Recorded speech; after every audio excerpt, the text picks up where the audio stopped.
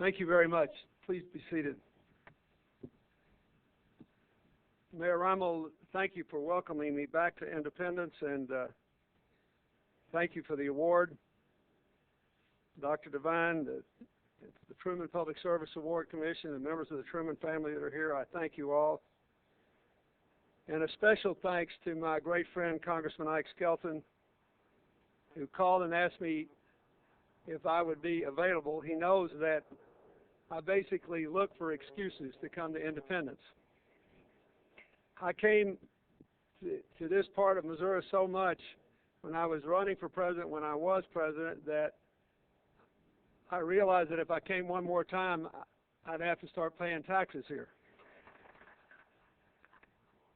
And I have no earthly idea who told Ike Skelton he could only speak 3 minutes, but it wasn't me, I'll guarantee you.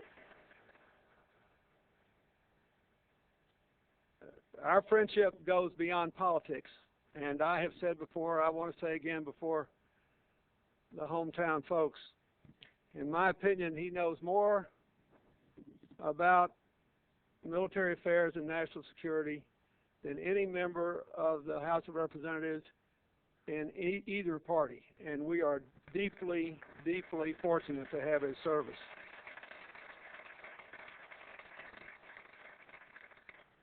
It would have suited me if he'd given the whole speech and I could just come say thank you, actually.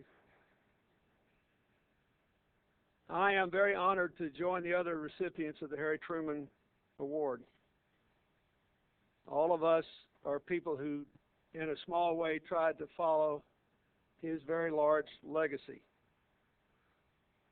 Again, I'm grateful to the members of the Truman family who are here, and I only wish Margaret were still here with us today. She was a remarkable and kind person whom I liked very much. So did Hillary. And the night we had dinner in the White House is one I will never forget. I want to thank the people here at the Truman Library, too, for the work they do every day. I've been here before on more than one occasion, but today's the first chance I ever had a chance to go in to the Oval Office, which is exactly as it was when President Truman was there. And the White House was drastically remodeled and rebuilt because it had some structural problems. So President Truman had to spend probably a majority of his service as president, at least his second term, out of the White House. And I got to note the differences between the Oval Office then and the Oval Office as it is today. I thank you for that. Now that I have a presidential library and I realize how totally dependent it is on the people who work there and the people who volunteer there, I have some appreciation for what's involved. The job of running one of these libraries and capturing America's history is important at any time, but I would argue that keeping alive the legacy of Harry Truman is especially important at this time because of the economic distress of our people, because of the foreign policy challenges we have, because of the beating our image took around the world for several years, and because of the threat of global warming. And I'd like to say why. At the end of World War II, Harry Truman understood, as only he could, being a World War I veteran, what a terrible mistake America made after World War I, when we were understandably exhausted and wanted to withdraw from the world. And many of the other leading countries in the world at the time had more prominence than we did, felt the same way. A harsh peace was imposed upon Germany, and Europe and the larger world began to drift apart. Isolated from the rest of the world, Japan built a great empire in enormous military strength in the Far East. And before you know it, we had a Great Depression that sparked enormous insecurity among the German people and led them to the horrible error of permitting Adolf Hitler to seize power. And before you know it, we had Mussolini in Europe and his escapades in North Africa, and then an Axis allied against the United States in a world war that, as awful as it was, could have been even worse. he was determined not to let it happen again. And so he had a relentless focus on building a future in which first, freedom would survive.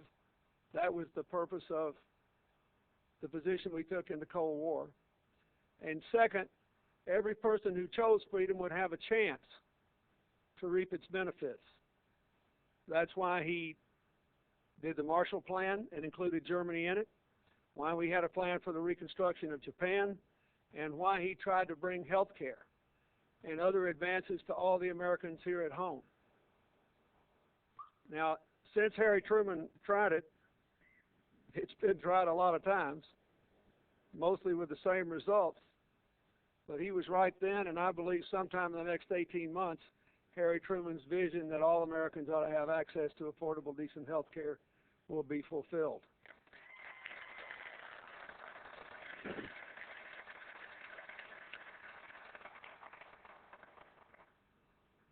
I say these things because we are at a similar moment in history. The Berlin Wall fell in 1989.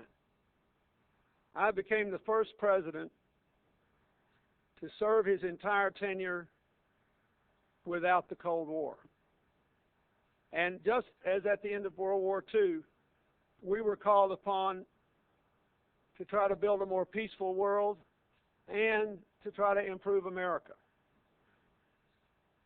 That is an ongoing process in a very different world in which America itself has changed.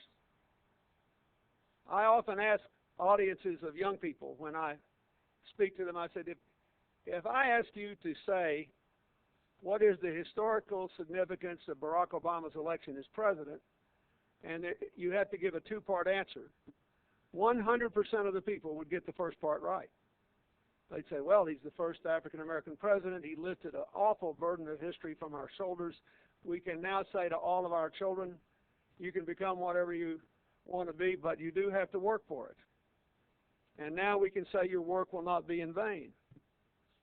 Everybody would write some version of that. But the second part of the answer may be more important to our future. And that is that he could be elected president in no small measure because we are no longer a biracial country. We're a multiracial, multi-religious, multi-ethnic country. And we recognize that it is really dumb to focus on our differences when, if we maximize our common humanity and our shared strengths, there's no limit to what we can do. And that is a very important lesson for the 21st century. I was thinking about this yesterday.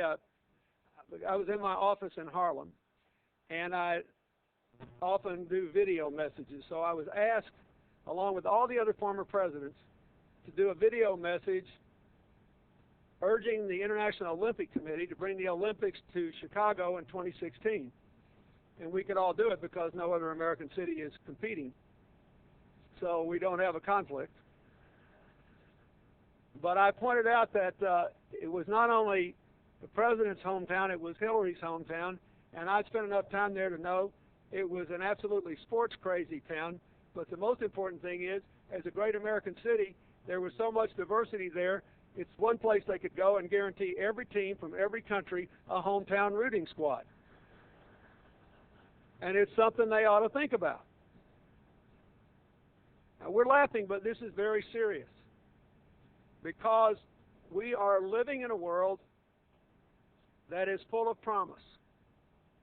But it has three very severe challenges, many of which we're living with today, the manifestations of it. First of all, there is a persistent, deep inequality in the modern world, within America and across the world, in incomes and job opportunities, in education and health care.